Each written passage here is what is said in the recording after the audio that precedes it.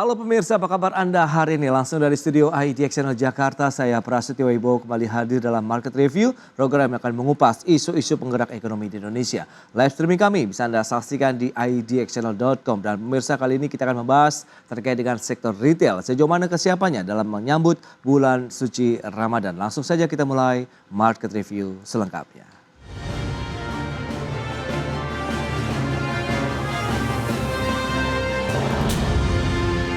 Industri retail Indonesia bersiap menyambut bulan suci Ramadan 2024. Strategi meningkatkan pendapatan pun terus digenjot untuk mencapai target tersebut.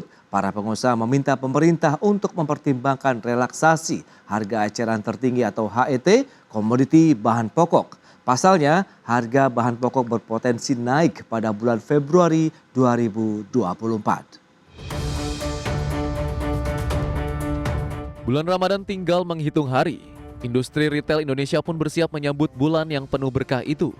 Untuk meningkatkan pertumbuhan pendapatan industri retail, para pengusaha meminta pemerintah untuk mempertimbangkan relaksasi harga eceran tertinggi atau HET komoditi bahan pokok. Pasalnya harga bahan pokok berpotensi naik pada Februari 2024. Ketua Umum Asosiasi Pengusaha Retail Indonesia Roy Mande menyatakan belum adanya keputusan untuk merevisi HET dan harga acuan melalui Rakortas.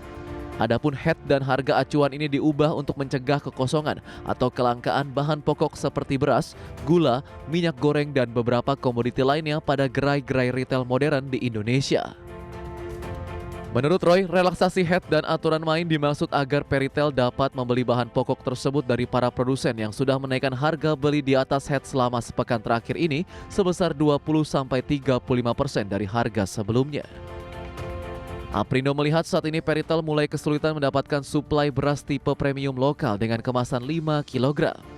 Keterbatasan suplai tersebut disebabkan masa panen yang diperkirakan akan terjadi pada pertengahan bulan Maret 2024 serta bersamaan pula dengan belum masuknya beras tipe medium yang diimpor pemerintah. Situasi dan kondisi yang tidak seimbang antara suplai dan demand inilah yang mengakibatkan kenaikan HET beras pada pasar retail modern dan pasar tradisional. Berbagai sumber IDX Channel. Ya, pemirsa, untuk membahas tema kita hari ini, industri retail siap sambut bulan suci Ramadan. Kita sudah tersambung melalui Zoom bersama dengan Bapak Roy Nicholas Mande. Beliau adalah Ketua Umum Asosiasi Pengusaha Retail Indonesia Aprindo. Selamat pagi, Pak Roy. Selamat pagi, Pak Pras. Yes. Salam sehat, assalamualaikum. Salam sehat, waalaikumsalam warahmatullahi wabarakatuh. Pak Roy, terima kasih atas waktunya. Bagaimana update terlebih dahulu kondisi dari industri retail di tahun 2024 yang bertepatan juga dengan perhelatan politik nih. Silakan Pak. Ya, tentunya kami mengikuti dengan situasi dan kondisi yang terjadi atas negeri kita. Kita ketahui bahwa kita baru selesai pemilu pada tanggal 14 Februari yang lalu. Dan khususnya di tahun ini 2024, kita mulai dari Januari, Februari, ada memang peningkatan tetapi tidak langsung signifikan dengan retail. Karena kita tahu bahwa periode kampanye itu menghadirkan satu konsumsi yang terjadi ya bagi lembaga non-profit. Jadi kalau di dalam PDB itu ada konsumsi rumah tangga, ada konsumsi lembaga non-profit dan konsumsi pemerintah, belanja pemerintah. Nah, kondisi lembaga non-profit ini memang tidak langsung signifikan dengan geliat retail modern. Karena retail modern itu adalah untuk konsumen, ya, untuk konsumsi, bukan dalam jumlah yang seperti yang dikonsumsi oleh LNPRT. Dan mereka juga tentunya kita tahu langsung kepada produsen, tidak beli lewat retail untuk kebutuhan bagi konstituennya, ya, sembako dan lain sebagainya. Nah, ini tentunya berdampak kepada PDB tetapi tidak langsung ke retail. Jadi kita melihat bahwa situasi atau status daripada perjalanan kita dari baru 2 bulan pertama di tahun 2024 ini sebenarnya cukup baik, cukup signifikan. Baik, kondisinya cukup signifikan. Tapi kalau kita lihat dari sisi perhelatan politik di mana juga kan konsumsi masyarakat begitu, kemudian partai-partai juga meningkat, apakah tidak terlalu dirasakan dampaknya kalau Anda katakan tadi kan tidak terlalu signifikan nih terhadap industri retail sendiri? Betul. Jadi maksudnya yang cukup baik adalah dari sisi kita melihat dari sisi hasil survei Bank Indonesia, Pak Pras, dari indeks kepercayaan konsumen. Indeks kepercayaan konsumen naik dari 123,8 menjadi 125,4. Jadi artinya kepercayaan konsumen untuk spending money, ya, untuk konsumsi itu cukup baik, cukup signifikan, sehingga berkorelasi sebenarnya dengan pembelanjaan mereka karena kita mengukur dari sisi konsumen. Tapi kalau LNPRT betul tidak langsung berdampak kepada retail karena mereka langsung ambil dari produsen atau distributor barang-barangnya, tidak lewat retail lagi. Dan itu semuanya tentu berdampak bagi pertumbuhan ekonomi, gross domestic bruto kita, GDP kita, atau PDB kita, itu tentunya akan lebih baik dibanding tahun lalu di kuartal yang sama. Ya, kita bicara seperti itu. Oke, berikutnya ini bulan suci Ramadan tinggal menghitung hari juga nih. Lantas bagaimana kesiapan dari industri retail menjelang Ramadan yang dipastikan kan setiap momentum ini adalah kenaikan yang cukup signifikan dari demand-nya sendiri di masyarakat, dan bagaimana juga dengan ketersediaan kebutuhan pokok begitu yang cukup erat kaitannya dengan bulan suci Ramadan. Ya, tentunya menjadi PR bersama antara pemerintah dan pelaku usaha untuk bersiap menyambut Ramadan, bulan suci Ramadan di pertengahan Maret yang akan datang. Nah, dalam berbagai kesempatan kita menyampaikan dan mengingatkan. Nah, ini kembali lagi peran daripada pelaku usaha tentunya mengingatkan kepada pemerintah untuk berupaya ya menjaga ketersediaan pangan. Nah, bagaimana caranya berupaya menjaga ketersediaan pangan? Kita tahu bahwa pangan itu ada dua sumbernya. Satu adalah dari dalam negeri, ya, produktivitas negeri sendiri, negeri kita, baik itu beras, baik itu gula, baik itu apapun sebutlah komoditinya, itu ada dalam negeri tentunya sourcingnya, tetapi ada kondisi atau situasi di mana harus juga dengan impor. Mengapa demikian? Karena memang kebutuhan daripada masyarakat tidak tercukupi dengan produktivitas dalam negeri.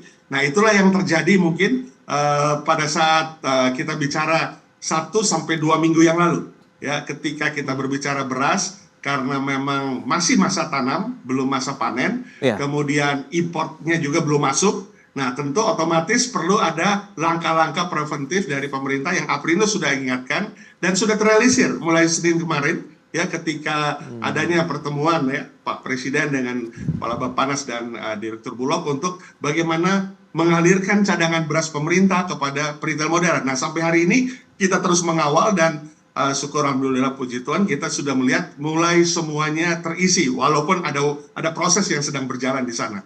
Nah, hal yang sama juga kita harapkan nanti pada saat puasa.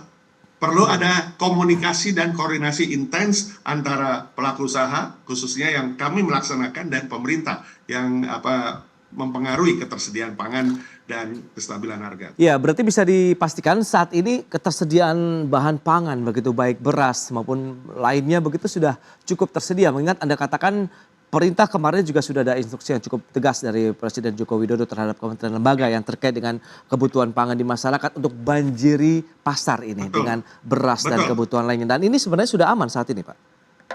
Saat ini dalam proses menuju belanja wajar, belanja normal, atau situasi yang kita sebut sebagai aman. Karena memang masih dalam berproses.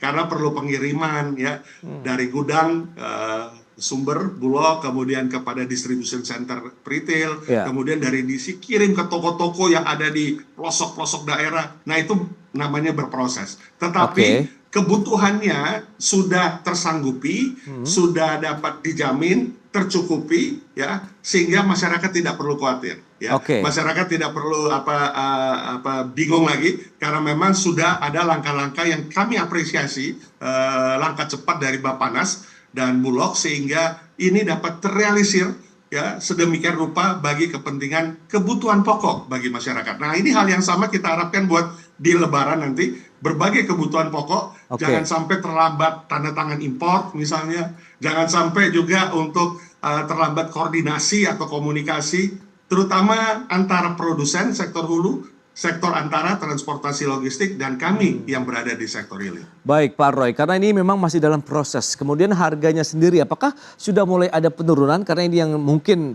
menjadi hangat belakangan ini di masyarakat. Karena harga beras kenaikan yang cukup signifikan yang harus dirasakan begitu ya oleh konsumen atau masyarakat. Kita akan bahas nanti di segmen berikutnya Pak Roy. Kita akan jeda dulu sebentar. Dan pemirsa, kami masih akan segera kembali usai jeda berikut ini.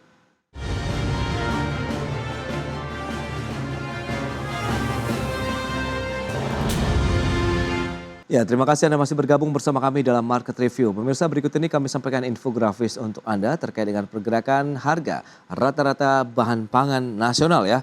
Kita akan cermati untuk beras premium itu di kisaran Rp15.000 per kilogram. Kemudian minyak goreng curah Rp15.875 per liternya.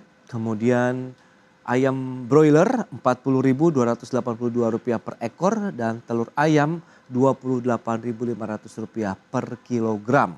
Ini harga rata-rata ya, berarti memang pasti ada yang lebih tinggi lagi daripada harga yang sudah Anda saksikan di layar televisi Anda. Baik, kita akan lanjutkan kembali perbincangan bersama dengan Bapak Roy Mande. Pak Roy, kalau kita cermati dengan kondisi yang tadi sempat tertunda, ini kaitannya dengan harganya sendiri.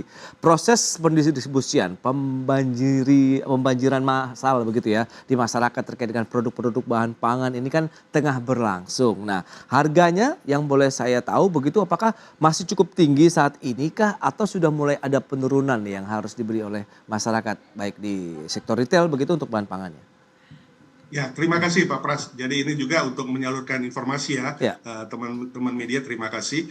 Jadi informasi kepada masyarakat, di retail itu ada 3 macam beras. Yang pertama disebut sebagai beras premium yang dihasilkan oleh swasta. Dan tentunya itu market price ya, karena memang itu beras premium yang tidak diatur, bukan HET dan itu diproduksi oleh swasta.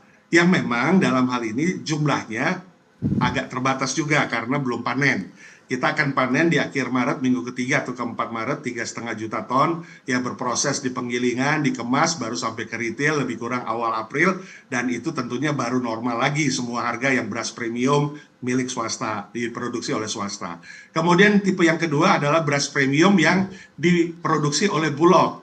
Sesuai dengan tugas Bulog, salah satunya adalah menyerap hasil ya padi ya, kemudian digiling, kemudian dijual ke retail maupun pasar tradisional. Nah, ini HET ya, kalau beras dari olahan Bulog ini yang diserap dari petani itu beras premiumnya HET. Oke. Nah, kemudian memang itulah yang membedakan antara beras premium swasta dan Bulog. Jadi HET itu ada di beras premium Bulog. Nah, yang ketiga, nah ini yang adalah cadangan beras pemerintah atau yang disebut sebagai SPHP, beras medium ya, beras stabilisasi bahan pokok. Nah, kondisinya sekarang ini memang ada keterbatasan juga karena import yang sedang berjalan. Ada proses import yang tidak langsung, misalnya 3 juta ton itu masuk, tapi 500.000 masuk, kemudian bertambah lagi dan seterusnya. Nah, kondisi yang cadangan beras pemerintah ini yang dalam 1 minggu ini ditargetkan dapat digelontorkan dan diguyur ke retail modern dengan harga yang sangat terjangkau karena harga eceran tertinggi. Nah, seperti kita ketahui Pak Pras, bahwa harga eceran tertinggi saya ambil contoh per kilonya 9.450 untuk HET yang beras medium import dari Thailand. Ya, sebenarnya ini kualitasnya premium. Kalau kita ke Thailand ya kita makan beras ini. Jadi sebenarnya ini kualitas premium tapi diimport oleh Bulog disebut sebagai beras medium SPHP. Nah, ini harganya sangat terjangkau karena nggak berubah. 9.450 sudah dari penetapan Badan Pangan Nasional di tahun lalu. Ini adalah harga yang sesuai HET. Jadi per 5 kilo karena dikemas dalam 5 kilo. 5 kali 9.450, 54.500. Sangat-sangat terjangkau. Dan ini yang sedang kami kerjakan dari hari Senin siang setelah kami pertemuan dengan Bappenas dan Bulog. Kita apresiasi gerak cepat dari Bappenas dan Bulog. Selasa, Rabu, Kamis, ini kita hari ini pun, habis ini pun kita masih terus berkoordinasi untuk membanjiri di gerai-gerai retail modern sehingga masyarakat dapat memenuhi kebutuhannya beras ini dengan harga yang terjangkau itu. Nah, mudah-mudahan ini bisa selesai minggu ini sehingga kembali belanja normal, belanja wajar dan sambil kita menunggu import yang masuk lagi dan juga panen di akhir Maret itu. Nah, demikian statusnya situasi sekarang. Baik, berarti memang sudah mulai dibanjiri dengan target 1 minggu inilah ya untuk harga-harga beras impor tadi yang masuk di medium impor ini ya 9.450 per kilogramnya sudah mulai masuk ya ke gerai-gerai. Nah, kalau persiapan nanti lah ini kan pasti akan langsung mungkin banyak diserap oleh masyarakat dengan harga yang sesuai dengan harga eceran tertinggi ya Pak Roy. Nah, lantas bagaimana untuk mengantisipasi bulan Ramadan juga kan pasti kebutuhan juga akan meningkat, bahkan mungkin lebih tinggi lagi begitu. Betul. Ya, tentunya kita terus berkoordinasi. Jadi memang target yang urgent sekarang minggu ini kemudian terus kita jaga sampai akhir Februari atau mendekati bulan puasa, dan kita akan koordinasi lagi karena diperkirakan di awal Maret itu akan masuk 500.000 ton, ditambah sisanya lagi masih ada sisa 100.000 yang tahun 2023 dijadikan satu, sehingga terus akan bergolak, terus akan dipakai, dipergunakan sehingga sampai itu masa panen. Sehingga kita cukup optimis bahwa memasuki bulan suci Ramadan, status yang kita sudah lakukan di minggu ini akan terus berkelanjutan hingga masa panen. Karena kita tahu bahwa harga eceran tertinggi itu penjaga HET sebenarnya di retail modern. Karena kita korporasi dan kita sangat strict untuk menjaga apa yang menjadi regulasi pemerintah. Nah, namun tentunya satu sisi ya kita juga penjaga inflasi tentunya. Namun satu sisi memang kita berharap konsistensi dalam hal koordinasi dan komunikasi kepada kami pelaku usaha tetap berlanjut, ya. Karena ini perlu intensif ini, ya, berkaitan dengan koordinasi komunikasi, memastikan dua hal, ketersediaan pangannya dan juga kestabilan harganya. Dan apresiasi Bappenas dan Bulog yang sekarang begitu gencarnya berkomunikasi dengan kami, dan tentunya ini membuahkan kepada target harga yang sangat terjangkau bagi masyarakat sesuai dengan HET yang ditetapkan pemerintah. Baik, dan sejauh ini sudah daerah mana saja yang dibanjiri oleh beras yang sudah ditugaskan oleh pemerintah tadi, Pak? Ya, jadi beberapa daerah sudah mengalir. Kami seluruh retail modern di seluruh Indonesia sudah ada dalam satu kelompok komunikasi, WhatsApp group misalnya bersama Bappenas dan Bulog, sehingga pelosok dimanapun sekarang sudah langsung komunikasi. Dan memang prosesnya masih berjalan seperti tadi yang saya katakan. Jadi wilayah yang sudah tentunya kita bicara Jakarta, Jawa Barat, Jawa Tengah, Jawa Timur. Kemudian beberapa yang di luar Jawa memang ada proses pengapalan karena memang harus pakai kapal tentunya. Jadi bicara 1-2 hari ke depan, kalau hari kemarin dilakukan eksekusinya, PO-nya selesai, kemudian juga dikirim, ya berarti ada tambahan 1, 2 atau 3 hari untuk yang di daerah yang paling jauh, misalnya di Indonesia Timur. Tetapi kita pastikan PO-nya sudah dibuka dan proses komunikasi koordinasinya sudah berjalan untuk mencapai wilayah-wilayah yang tidak, kita bicara Indonesia tentunya bukan hanya Jakarta atau hanya Jawa Barat, Jawa Tengah, Jawa Timur, tapi saudara-saudara kita yang ada di pulau di luar Jawa juga tentunya menjadi target dari para retail anggota modern yang Aprindo yang ada di seluruh wilayah Indonesia. Oke, berarti bisa dipastikan untuk bulan suci Ramadan nanti begitu ya. Persiapan masih terus berjalan ya, yang sudah dimulai di pekan ini dan semoga masih akan terus berlanjut sampai dengan musim panen nanti dan mungkin tadi sampai dengan Ramadan dan Lebaran. Baik, kita akan lihat seperti apa sih nanti dari sisi pendapatan, target-target berikutnya dari industri retail sendiri di tengah kondisi yang ada begitu ya. Kita bahas lagi di segmen berikutnya Pak Roy. Kita akan jeda kembali sebentar. Dan pemirsa tetaplah bersama kami.